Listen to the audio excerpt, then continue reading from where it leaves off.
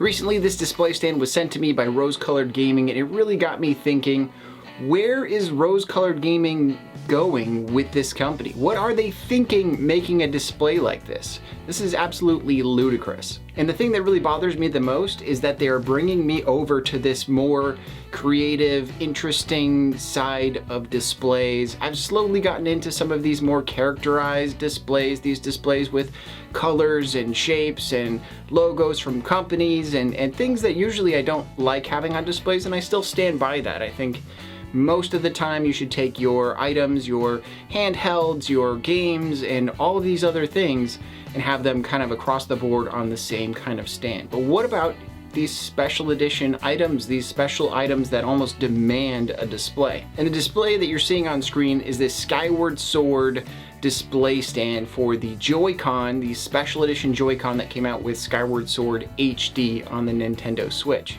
They've made this and other display stands that they've had recently. Their Monster Hunter display stand was the most recent. This Skyward Sword display stand in particular, incredibly amazing design. They've completely turned the tables on what it means to be a display stand, added new features to it, multiple layers of acrylic, different UV printing methods going into using this. They're still using clear acrylic where you'd not want to see a display stand. You can see it here in this Skyward Sword display.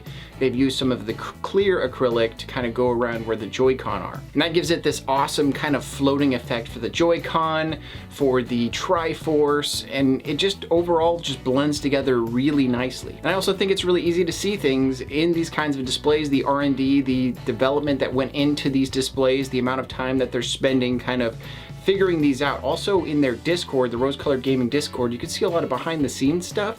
So you see a lot of that R&D and what's going into each one of these displays and what they're figuring out. Right now in their Discord, they're actually figuring out the Metroid display stand for the new Metroid amiibo that will be coming out. And they're playing with things like lighting and having these little step ups, and it's just insane. But I guess what bothers me about this is that I was so close-minded to a lot of these special edition display stands, these display stands that are out there with, you know, Nintendo written on them, and they get just kind of tacky, that I kind of didn't leave the door open for stuff like this. Stuff that's made and it's actually an art form of a display stand. They've put the time in, they've made something that's polished and nice. And I've just been so used to seeing some of these 3D printed display stands that are out there that really don't take the time to make something awesome. Whereas something like these displays really blows my mind and makes me want to have this in my collection of display stands, of, you know, these Joy-Con deserve this display stand. It feels like they fit together. So I guess it's just kind of blown my mind that I've gone from this kind of across the board, keep all your displays clear acrylic or white or black, to this kind of more open-minded, hey, you can have, you know, some of your special items on these in particular. I don't know if you want to have everything in your collection on different colored display stands kind of mucking about and messing things up, but if you have a special item and a display stand comes out for it and it's really nice, I think it's worth it to keep an open mind to something like this. I think it can be kind of hard to see which stand is a quality one and one that maybe not such quality, especially if you're on Etsy looking at these different makers that are making all sorts of different things. But from Rose Colored Gaming specifically, if you look at their last couple of iterations of these special edition stands, their Monster Hunter stand had all these little details all along the stand, and the Skyward Sword display is the same way. There's all these little tiny UV printed details all around the edges of the stand, and they really like to kind of lay into that unique look of whatever that item is. So in the case of this Skyward Sword stand, they have all these little pieces of imagery all over those Joy-Con, and they've kind of laid into that into this stand and really made it its own thing. Another thing about this display that's really interesting is the amount of acrylic that's being used to make this one display. There's all sorts of layering going on. When this arrives, it'll arrive in a nice box, and it has all of the acrylic kind of layered inside. These are, no joke, really nice packaged items. And one of the more amazing things that they've started doing as well is kind of labeling things. You have letters that annotate where things are supposed to go, but at the very top of the box you also have a code, a QR code, so that you can go to a YouTube video that explains exactly how to put this thing together.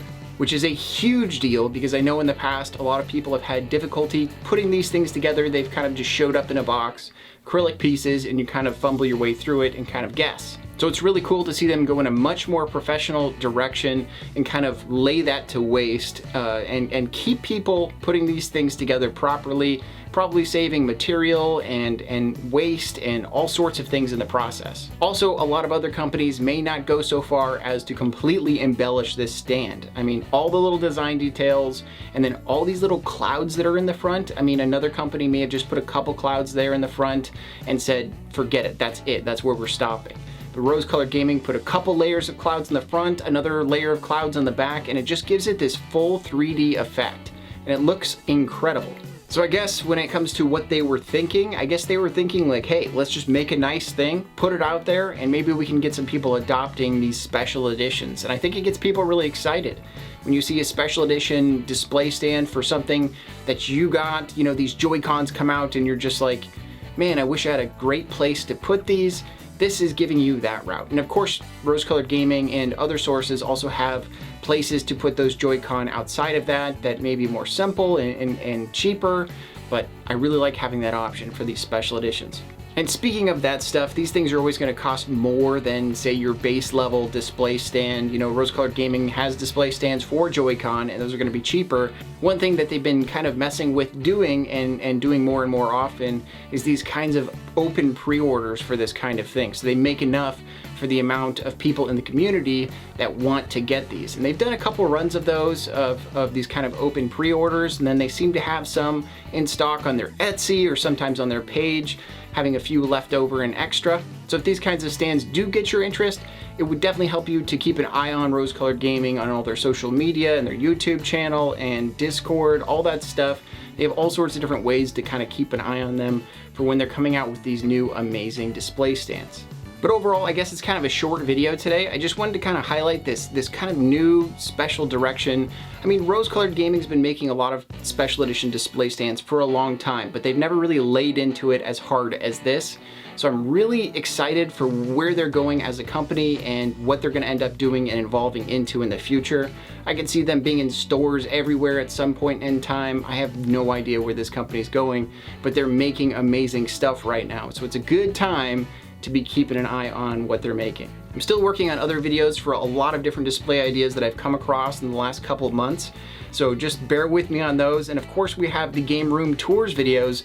I'm waiting for more videos to come in of people's game collections. I'll leave a link in the description on how you can send in pictures or videos of your game collection, your game space, just your setup. And that'll really help me to keep that series going. Getting those pictures, those videos in helps keep game room tours going. So keep that up, I really appreciate it. But outside of that, I appreciate you guys coming and watching the video today. That always helps. All these comments and these likes and all this stuff really helps the algorithm and gets these things pushed forward. The channel has grown quite a bit this year and I really appreciate all of you guys being here for it. I hope you guys have a fantastic day today and collect what you love.